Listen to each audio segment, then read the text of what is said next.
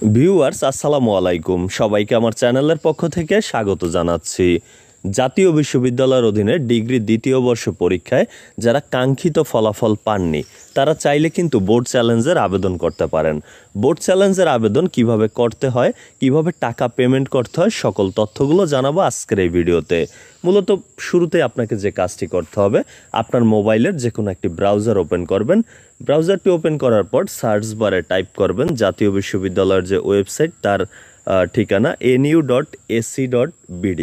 আপনারা স্ক্রিনে দেখতে পাচ্ছেন যে nu.ac.bd, এটা লিখে যখন সার্চ করবেন, সার্চ করা মাত্রই কিন্তু জাতীয় বিশ্ববিদ্যালয়ের ওয়েবসাইটে প্রবেশ করতে পারবেন। এরপর আপনাকে একটু স্ক্রল করে নিচের দিকে আসতে হবে। এখানে আসা মাত্র আপনি দেখতে পারবেন সোনালী সেবা পে স্লিপ নামে একটা অপশন রয়েছে। এই সোনালী সেবা পে স্লিপের উপরে ক্লিক করবেন। ক্লিক করার পর এরকম একটি ইন্টারফেস আপনার সামনে ওপেন হবে। এখান থেকে এই স্টুডেন্ট ফি এই অপশনটির উপরে ক্লিক করবেন। ক্লিক করা মাত্রই দেখতে পাবেন রি-স্ক্রুটনি ফি নামে একটা অপশন রয়েছে।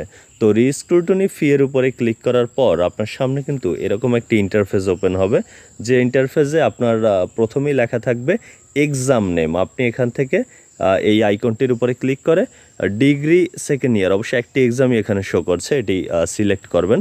এখানে কিন্তু লেখা রয়েছে যে লাস্ট ডেট অফ অ্যাপ্লিকেশন মূলত 23 অক্টোবর পর্যন্ত চলবে। আপনারা খুব দ্রুতই আবেদন করুন, কারণ 23 অক্টোবরের পর কিন্তু আর সময় বাড়ানো হবে না। তো এরপর যে বিষয়টি, এখানে আপনার রেজিস্ট্রেশন নাম্বারটি দিবেন। যে রেজিস্ট্রেশন নাম্বারটি দেওয়ার পর কিন্তু আপনার ইনফরমেশনগুলো এখানে শো করবে, অর্থাৎ সার্চের উপরে ক্লিক করবেন। সার্চের উপরে ক্লিক করা মাত্র এখানে দেখুন আপনার নাম দেখাচ্ছে। এখান থেকে আপনি আপনার মোবাইল নাম্বারটি দিবেন। আপনার মোবাইল নাম্বারটি সাবমিট করতে হবে।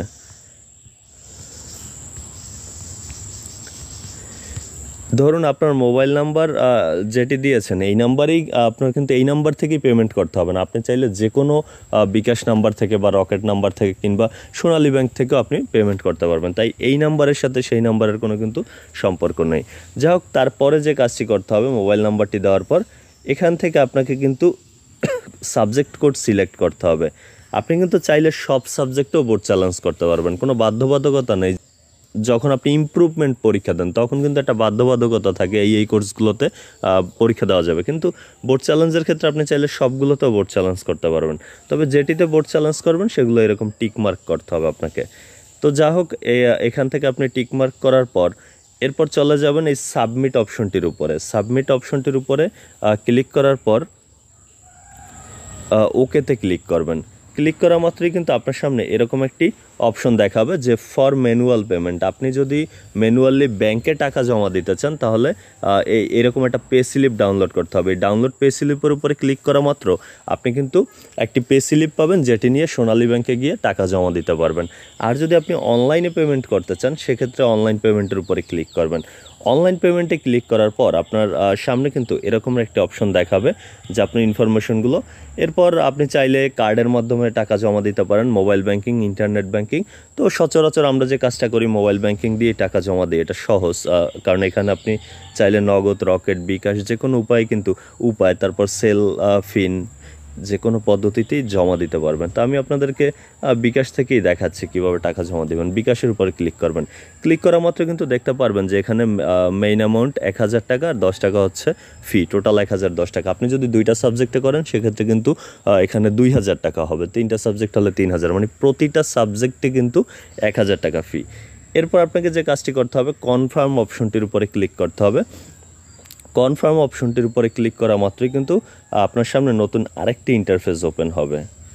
এই ইন্টারফেসে আপনার একটা বিকাশ অ্যাকাউন্ট নাম্বার চাওয়া হচ্ছে। এখানে আপনার বিকাশ যে অ্যাকাউন্ট নাম্বারটি রয়েছে সেই নাম্বারটি কিন্তু সাবমিট করবেন। তারপর যে বিষয়টি, বিকাশ নাম্বারটি সাবমিট করার পর আপনি যে কাজটি করবেন, কনফার্ম অপশনটির উপরে আবার ক্লিক করবেন। মানে যে বিকাশ নাম্বার থেকে আপনি টাকা পেমেন্ট করতে চাচ্ছেন, সেটি আপনার নাম্বার হোক বা কোনো দোকানের নাম্বার হোক, যেখান থেকেই, সেই নাম্বারটি দেওয়ার পর কনফার্ম অপশনটির উপরে ক্লিক করবেন।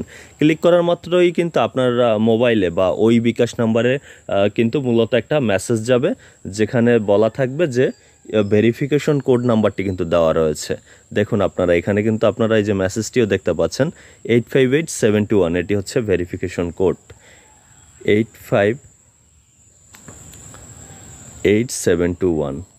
আচ্ছা, এই ভেরিফিকেশন কোডটি দেওয়ার পর কনফার্ম অপশনটির উপরে ক্লিক করবেন। ক্লিক করা মাত্রই কিন্তু এই যে আপনার বিকাশের যে পিন নাম্বার সেটি চাইবে। এখানে পিন নাম্বারটি দিয়ে জাস্ট এই কনফার্ম অপশনটির উপরে ক্লিক করা মাত্রই কিন্তু আপনার পেমেন্ট কমপ্লিট হবে। পেমেন্ট কমপ্লিট হওয়ার পর আপনাকে নতুন আরেকটি ইন্টারফেসে নিয়ে যাওয়া হবে।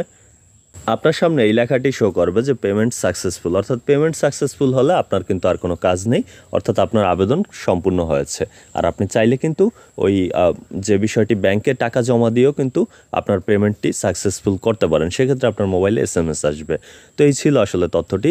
আর তারপর যখন রেজাল্ট দিবে তখন কিন্তু আপনি রেজাল্ট চেক করে দেখতে পারবেন যে আপনার রেজাল্ট পরিবর্তন হয়েছে কিনা। এতক্ষণ সাথে থাকার জন্য অসংখ্য ধন্যবাদ।